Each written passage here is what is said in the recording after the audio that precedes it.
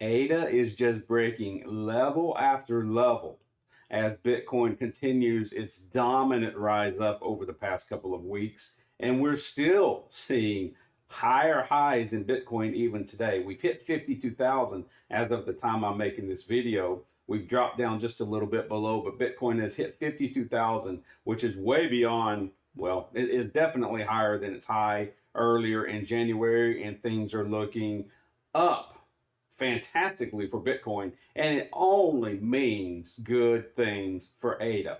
What I've got right here is a chart of ADA right in front of me. I'm going to do a couple of things. We're going to back out just a little bit and talk about a very important level that ADA needs to get a hold of and stay above for a move even higher. Let's talk that level right now. I'm actually going to back out to a 3-month chart. This is a 3-month chart for the lifelong, basically all of ADA's history. This is from October of last year to December. You can see the fantastic run up. Actually, it's October through the end of the year. The fantastic run up we had in ADA and across crypto. Then in the 3 months, basically January brought us down here. Okay, it was not a good January as far as crypto went, but we now have this doji. It's almost, I mean, it's up. Okay, so we fell here and we've gone up. We've wicked. Okay, which means sellers, sellers, sellers, sellers down here. And then buyers came up and absolutely reversed everything the sellers had done. We're now sitting here almost to the point where we've opened. Now, to be clear, this chart or this candle still has 6 weeks left in the 3-month window. So we're nowhere close to closing on this, but you can see the reversal that ADA has had, and that's what you love to see. For example, look at this reversal. See how ADA went up, up, up, up, buyers, buyers, buyers, then sellers came in. It closed like that and fell. It's kind of what we're doing here, except it's almost the reverse, especially if we can close green on this 3-month candle. It would give a very good indication of higher highs coming in ADA. The monthly chart is almost, to me, is even better. And here's the level I'm looking at. It's going to be right around, let's just call it 0.6. It's 0.5954 or so, but let's just call it 0.6. It's basically where we have not been able to close above in the last 2 months. Now, if we get this big run up, which we had, this is January and this is February. If we can close above 0.6 on ADA, that sets us up from a candlestick perspective, strictly looking at the candlestick action, sets us up for a fantastic chance to run even higher. Candlesticks are so important as far as where they open, where they close, and the body shape of it. What's important about this is you get a big bull move up, and then the bears and the sellers come in and say, not so fast. They give it their best shot to sell off. And then the bulls say, absolutely not. We're still more powerful than you. And we didn't take 3 or 4 or 5 months to go up. We absolutely negated everything you did over the last month, and we undid it the next month. That just means there's so much power in the bull's hands, especially if we get this close above 0.6. Now, let me go. Now, that would be the monthly close. So if we, in February, at the end of February, can close above 0.6, sets us up for such a powerful looking run up to even higher highs. This is the weekly chart. This is this 0.6 level. We have plenty of time. We've still got about 15 days to get above that level, and it will look beautiful if we do. Here's the daily chart. Everything is looking great on ADA, and of course, it's all being pulled up by Bitcoin. If Bitcoin keeps the run that it's on, and like I said, at the time I was making this video, we had touched 52,000. We're a little bit lower now, but Bitcoin just keeps making this incredible run since the 23rd of January. Look, in about 3 weeks, we've gone from 39,000 to 52,000. Now, some are speculating in Bitcoin. Let's talk about Bitcoin for a second. Here's the halving. Okay, there's a halving that's expected between sometime in April, the middle of April, and it's scheduled to happen in Bitcoin sometime in April. The halving of April historically, or halving of Bitcoin historically, has always been a very bullish event. Okay, now it would usually happen something like this, We'd have a run up, which we've experienced now. Generally, we'd have kind of a fall before the halving, something like this, some consolidation. And then it would actually consolidate for a few weeks to a month or so before actually taking off like crazy after the halving.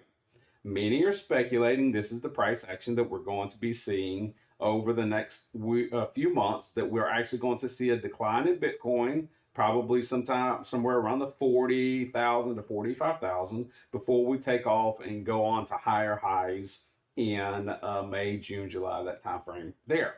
But one thing that is different this halving cycle than the previous halving cycles is investor and institutional inflows into Bitcoin by and through these ETFs. Okay, so the ETFs were approved back here in January, right around the 9th, 10th, 11th of January. And then we experienced this tremendous sell off the rest of January, and that is reflected by this chart right here. This is the inflows into the ETFs. This is the outflows out of the ETFs. So here's the zero line. The bar above is inflows into, the bar below is outflows out of. For the first 3 weeks, that would be roughly from 11th of January to about, let's say, the 24th or 25th, 26th of January. For the first 3 weeks after the ETF approval, this is what the inflows and outflows looked like for Bitcoin. It was almost equal, almost equally as much coming out of the ETFs as going in. And many are saying that is what caused this fall in Bitcoin. But look at what it looks like now. Last week, you can see the outflow is declining greatly and the inflows are staying just as high. This was the 12th. This was, what's that, Monday? Look at the tremendous inflow into the ETFs, and hardly anything came out. Hardly anything came out, which is causing this rise in Bitcoin. All these institutions, all this money, these billions of dollars pouring into these ETFs straight into Bitcoin is causing this rise. So at some point, Bitcoin's going to give back, correct, whatever it's going to do. But I don't know when it's going to happen. We could very well follow this, but it's just another factor that we've never had before on the halving of Bitcoin. And that is just this continuous rise caused by this institutional inflows and the millions and billions of dollars pouring into these Bitcoin ETFs. So it doesn't really matter what Bitcoin does, how it does it, when it does it. I think we're all pretty confident we're going to see even higher highs and perhaps even challenge the all-time high sometime in 2024. And if we're doing that in Bitcoin, we're going to continue to rise in ADA. Where did my drawings go? Let me go over here. I don't know where they went. Anyway, we're going to continue to rise in, there they are, in ADA. If we can get above this 0.6 level, that does not mean we might not fall down into it. I'm just saying that will be a tremendous platform for us to make higher highs up to this 0.7. And it's going to depend on what Bitcoin does, but I can tell you right now, if you're holding ADA and you've been holding ADA, keep holding ADA. If you're holding crypto and you've been holding crypto, keep holding crypto. Be patient in 2024. We're not going to go straight up. Bitcoin's not going to go straight up. It's going to have its waves, and some of them may be painful, like this wave was from, what was this, the 28th of December to the 23rd of January. That was no fun. Okay, so we might still get waves. We don't know what the price action is going to look like, but I think we're all fairly confident 2024 is going to be a tremendous year for crypto, and everything is giving that indication, including this continuous rise in Bitcoin. We're only going to see that reflected in ADA. How high can we go? I've got some ideas of what I'd like to see, but they're just ideas. We're certainly, in my opinion, going to break this. And I do think at some point in 2024, we are going to challenge the $1. That is, if Bitcoin can start aiming for its all-time high of roughly 70,000, I do think that ADA is going to be coming up here and flirting with $1 at some point in 2024. But it's going to take a bit of time to get there. It's not going to happen overnight. So whatever you're doing, be patient, watch the price with me, and we'll stay in this together.